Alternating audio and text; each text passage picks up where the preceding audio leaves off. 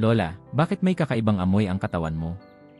Isang inosenteng tanong ng kanyang apo ang kumirot sa puso ni Aling Pilar, 69 anyos. Wala naman siyang ginagawang masama. Malinis siya sa katawan, laging naliligo, gumagamit ng sabon na may bango pa. Pero mula nang marinig niya yon, napansin niyang umiiwas na ang kanyang apo sa kanyang yakap. Hindi na ito sumasandal, hindi na natutulog sa kanyang tabi. At sa gabing iyon, tahimik siyang humikbi habang nakatalukbong sa kumot. Ako si Ramon Navarro, 77 taong gulang, isang espesyalista sa kalusugan ng mga matatanda. Sa higit 50 taon ko sa serbisyong medikal, may isang bagay akong paulit-ulit na naririnig mula sa mga pasyente, "Dok, bakit parang iniiwasan na ako ng mga anak at apo ko?" Kung ikaw ay higit 60 taong gulang, maaaring hindi mo rin napapansin. Pero sa mata at ilong ng iba, may isang bagay na unti-unting nagpapalayo sa iyo sa mga mahal mo, isang amoy na tahimik ngunit mapanakit. Madalas, walang nagsasabi sa iyo dahil ayaw nilang masaktan ka. Pero sa loob-loob nila, nararamdaman nila ito. At sa paglipas ng panahon, ang distansya ay lumalawak. Kaya narito ako para itama ang sitwasyon. Sa episode na ito, ituturo ko sa iyo ang isang simpleng paraan na kayang puksain ang 70% ng amoy na ito sa loob lamang ng 3 minuto bawat araw. Hindi mo kailangan ng mamahaling sabon, hindi mo kailangang gumastos. Kailangan mo lang malaman ang tamang parte ng katawan na kailangang linisin at paano ito gawin ng tama. Kung seryoso ka sa pagkakaroon ng mas malapit na ugnayan sa pamilya, kung gusto mong muling maramdaman ang yakap ng apo mo ng walang pag-iwas, tapusin mo ang episode na ito. Makinig ka hanggang dulo. Dahil ang solusyon ay nasa susunod na ilang minuto lamang. Ang tahimik na katotohanan, bakit nakakaramdam ng amoy ang katawan paglampas ng 60? Ang totoo'y halos walang nagsasabi ng diretsahan. Pero kung titigil ka sandali at magmamasid, makikita mo ang mga senyales. Sa jeep, may pwesto sa tabi mo pero hindi na upuan. Sa bahay ng anak mo, bukas parati ang bintana kahit malamig. Sa kainan, nauunang bumangon ang apo mo. At sa gitna ng lahat ng ito, ikaw ay napapaisip, may hindi ba ako alam? Ito ang nararanasan ni Mang Ernesto, 72 anyos. Araw-araw siyang naliligo, gumagamit ng sabon, nagsusuklay ng buhok, at nagpapalit ng damit. Pero isang araw, narinig niyang bumulong ang kaibigan ng kanyang apo, parang may amoy si Lolo.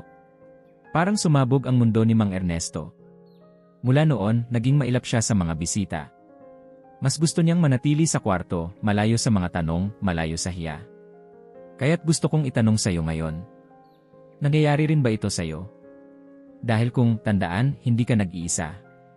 Sa mahigit 1,000 matatanda na nakilala ko sa klinika, 70% sa kanila ay hindi alam na mayroon silang partikular na amoy. At ang malungkot, hindi rin nila malalaman dahil ang mga taong mahal nila ay ayaw masaktan sila. Kaya't ang problema ay nananatiling lihim. Ang dahilan? Simple. Habang tumatanda ang katawan, may 3 bagay na nagbabago, at lahat ito ay nagsasama-sama para magdulot ng amoy na hindi mo dati nararanasan. Una, nababawasan ang pawis. Bilang mga bata, madalas tayong pagpawisan, lalo na sa init ng Pilipinas. Pero pagsapit ng edad 60 pataas, bumababa ang produksyon ng pawis. At akala natin, mabuti yon, pero kabaligtaran. Dahil ang pawis ay paraan ng katawan upang mailabas ang dumi at lason. Kung wala kang pawis, nananatili ang dumi sa balat, at ito ang pinapakain ng bakterya na nagdudulot ng amoy. Ikalawa, nagbabago ang langis ng balat. Ang sebo, o natural na langis sa balat, ay nag-iba ng komposisyon habang tumatanda. Nagsisimula ito sa edad 50 at tumitindi pagsapit ng 70. Ang bagong uri ng sebo ay naglalaman ng sangkap na, kapag inoxidize, lumilikha ng amoy na tinatawag ng siyensya na kakaibang amoy ng pagtanda. Ikatlo, natutuyuan ang bibig. Paglampas ng 60, bumababa rin ang produksyon ng laway ng hanggang 50%. At kung tuyo ang bibig, dumadami ang bakterya at nagsisimula ang mabahong hininga.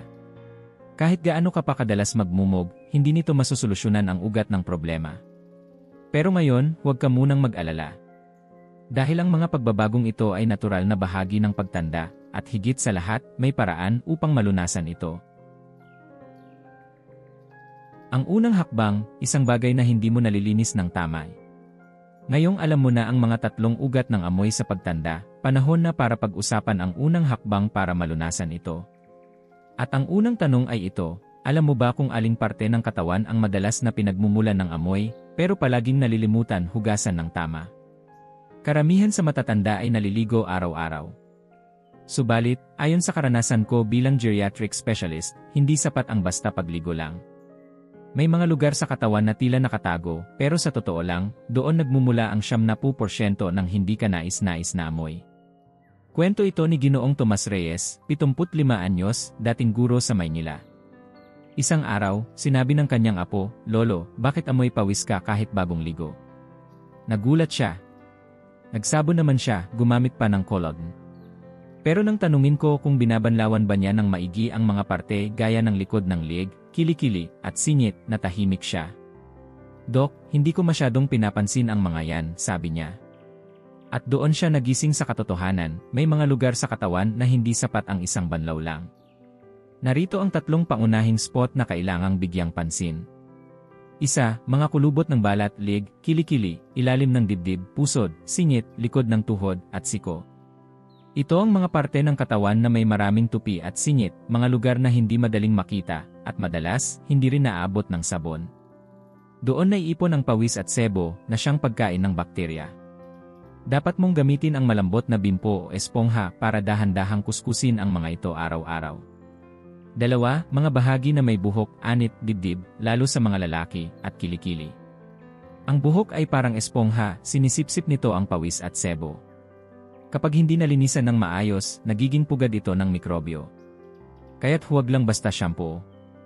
Imasahe ang anit mo habang nagsasabon, at siguraduhing banlawan ng husto. 3. Mga parte na laging pinapawisan, paa, pagitan ng mga daliri ng paa, palad.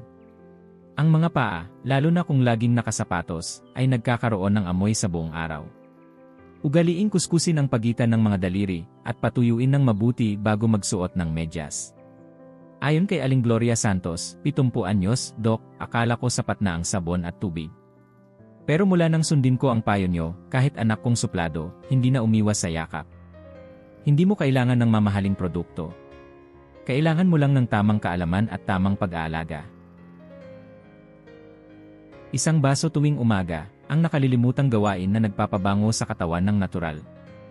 Pagkatapos mong linisin ang mga tamang bahagi ng katawan, ang susunod na tanong ay ito, paano mo tutulungan ang katawan mong alisin ang pinagmumulan ng amoy mula sa loob? Marami sa atin ang naniniwala na sapat na ang sabon, shampoo, at cologne.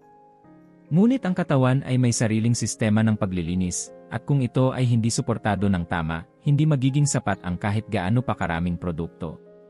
Kilala ko si Ginoong Andres Lim, 74 anyos, na dating supervisor sa isang planta ng yelo sa Pampanga.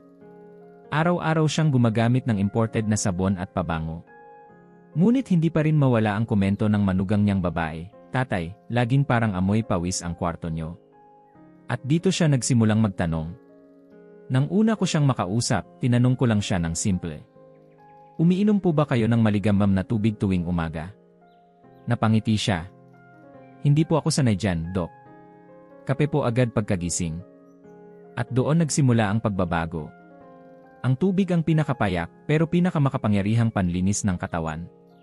Sa tuwing umiinom ka ng sapat na tubig, nilalabas mo ang mga lason sa pamamagitan ng ihi.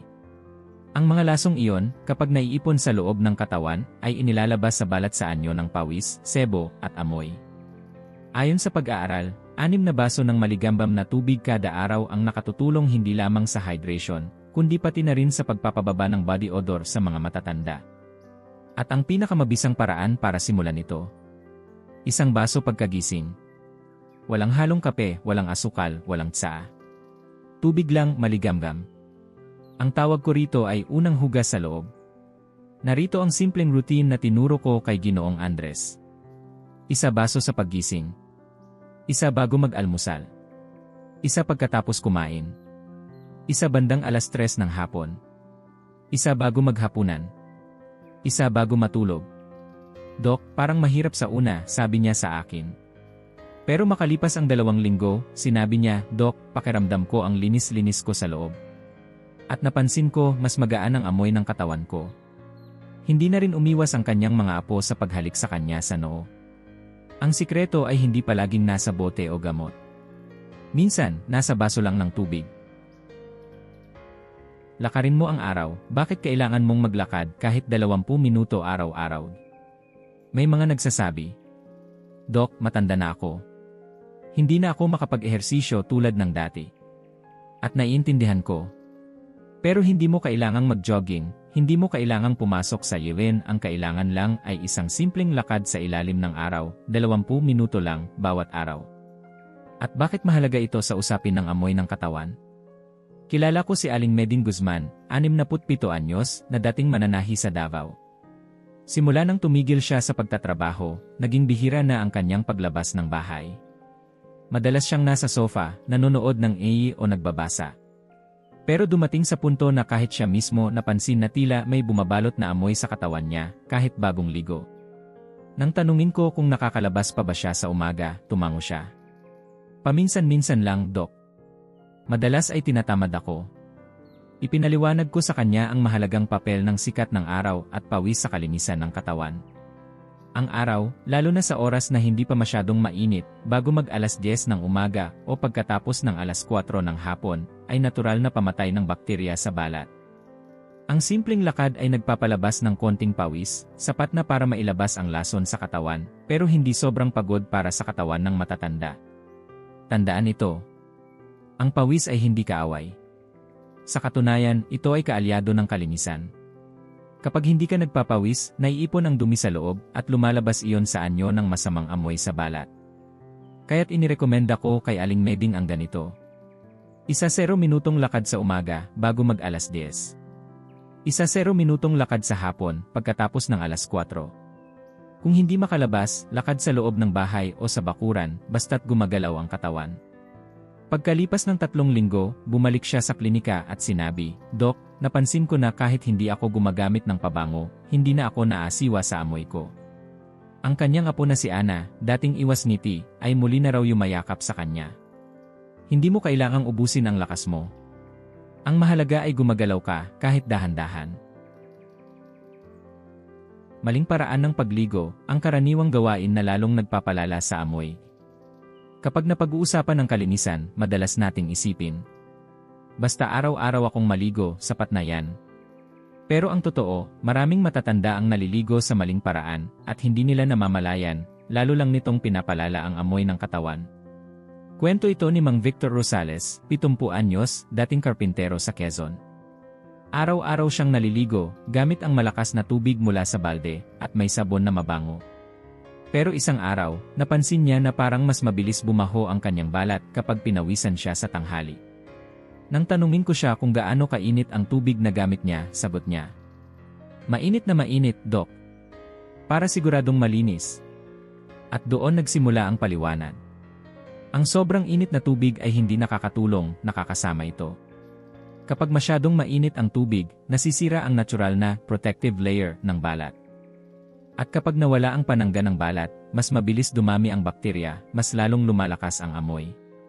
Kaya't ito ang 3 pinakamahalagang paalala sa pagligo. 1. Gumamit ng maligamgam, hindi mainit. Ang tamang temperatura ay parang tubig sa tsaa, mainit-init pero hindi kumukulo. Sa sukat, ito ay nasa pagitan ng 37 degree no hanggang 40 degree ni. Sapat ito para buksan ang mga pores at alisin ang dumi, nang hindi sinisira ang balat. 2. Huwag lang basta buhusan, kuskusin ang tamang lugar. Tulad ng tinalakay natin sa mga naunang bahagi, ang likod ng liig, singit, kilikili, at likod ng tuhod ay dapat sinasabon ng mabuti gamit ang malambot na bimpo o espongha. Hindi sapat ang mabilisang buhos at sabon. 3. Magbabad sa paliguan 1 beses sa 1 linggo.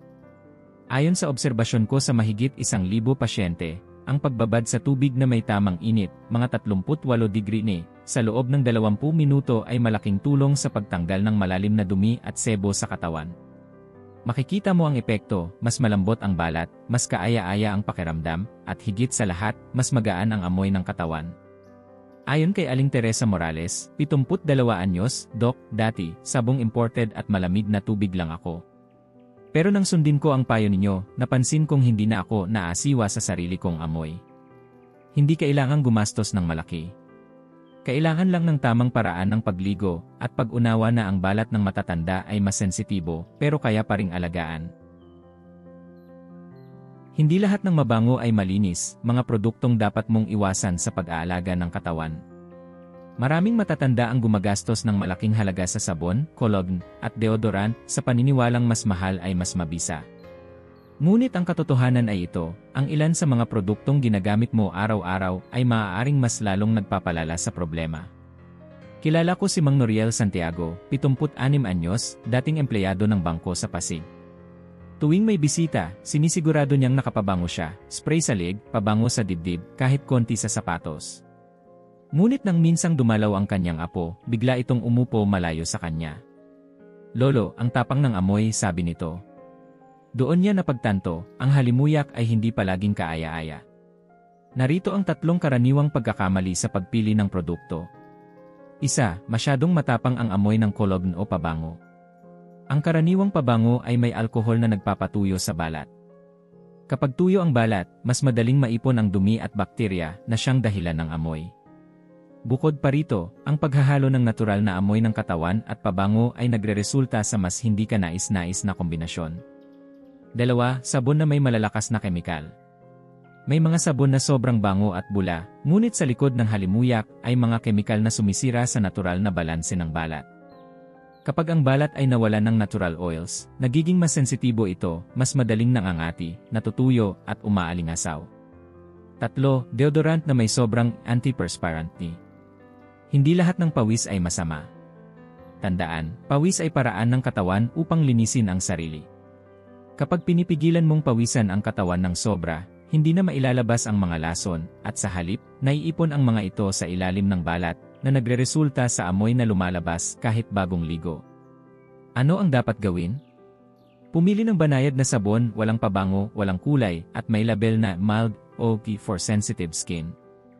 Gamitin ang natural na deodorant gaya ng tawas, kung ito ay hiyang sa iyong balat. At sa halip na magpabango, mas mainam na linisin ang katawan ng tama. Dahil malinis na katawan ang tunay na nagbibigay ng preskong pakiramdam, hindi ang pabango. Tulad ng sabi ni Aling Pura Delgado, 71 anyos, dati, palagi akong may cologne. Pero nang tumigil ako at sinunod ko ang tamang pagligo at pag-inom ng tubig, mas malinis at magaan ang pakiramdam ko. Sabi pa nga ng apo ko, "Lola, parang presko ka lagi ngayon." Damit at amoy, bakit ang kasuotan mo ang pwedeng maging ugat ng problema? Kahit malinis ang katawan, kung ang damit na isinusuot ay hindi rin malinis, mananatili ang amoy. Ito ang bahagi na madalas hindi na pag-uusapan, pero malaki ang epekto sa amoy ng katawan, lalo na sa matatanda.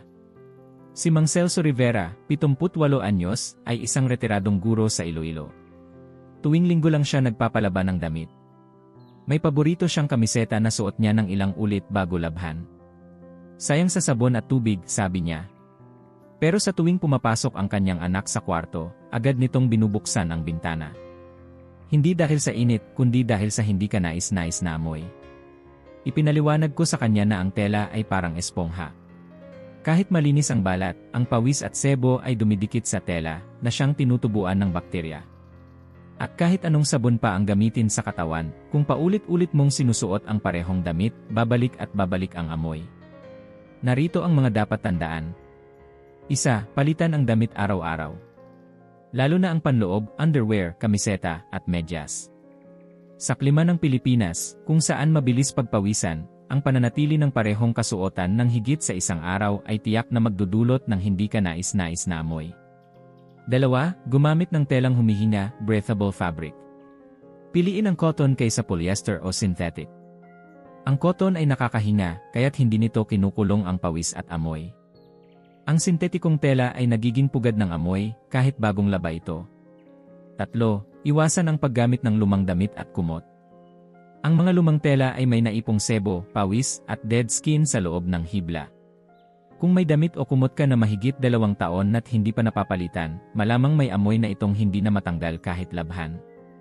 4. Patuyuin ng husto sa araw. Ang sikat ng araw ay natural na pamatay ng mikrobyo. Kung walang araw, siguraduhing ang damit ay lubusang tuyo bago itago, dahil ang bahagyang basang tela ay madaling pagmulan ng amag at amoy. Sabi ni Aling Sonia Pascual, 73 anyos, akala ko sapat na ang magpalit ng damit tuwing lalabas. Pero ngayon, kahit nasa bahay lang ako, pinapalitan ko rin ito araw-araw. Napansin ko agad ang pagbabago. Hindi sapat ang sabon o cologne kung ang mismong tela sa katawan mo ay pinagmumulan ng amoy. Ang malinis na damit ay kaparehong mahalaga ng malinis na katawan. Baliktiwala, isang bagong simula para sa amoy, katawan, at pamilya. Kung isa ka sa mga nakarating hanggang sa dulo ng video na ito, isang bagay ang malinaw. Gusto mong baguhin ang iyong kalagayan. Hindi para sa iba, kundi para sa sarili mo at sa mga mahal mo sa buhay. Napag-usapan natin ang 10 mahahalagang bahagi na kadalasang hindi pinapansin, pero may malaking epekto sa amoy ng katawan sa pagtanda. Mula sa tamang pagligo, pag-inom ng tubig, simpleng paglalakad, hanggang sa pagpili ng damit at pag-aalaga sa bibig.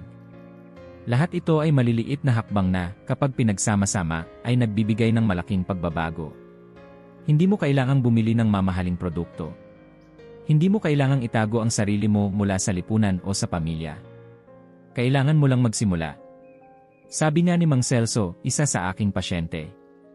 Dok, dati pakiramdam ko'y unti-unti akong nawawala sa mundo ng mga anak at apo ko. Pero nang simulang kong sundin ang mga payo nyo, parang unti-unti akong bumabalik sa piling nila. Ang amoy ng katawan ay hindi sentensya. Hindi ito kapalaran na dapat tanggapin ng walang laban. Ito ay senyales lamang na may mga bahagi sa ating pangangalaga na kailangang ayusin. At ngayon, alam mo na kung ano-ano ang mga yon. Kaya bago mo isara ang video na ito, gusto ko sanang itanong. Ano ang unang bagay na babaguhin mo bukas? Isulat mo sa papel. Ilagay sa ref, sabihin sa asawa mo o apo mo. Kahit isang hakbang lang, pero gawin mo araw-araw. Dahil ang bawat patak ng tubig, bawat hakbang sa umaga, bawat pag-inom ng tsaa imbes na alak, ay isang hakbang papalapit sa isang mas malinis, mas tiwala, at mas may dignidad na ikaw.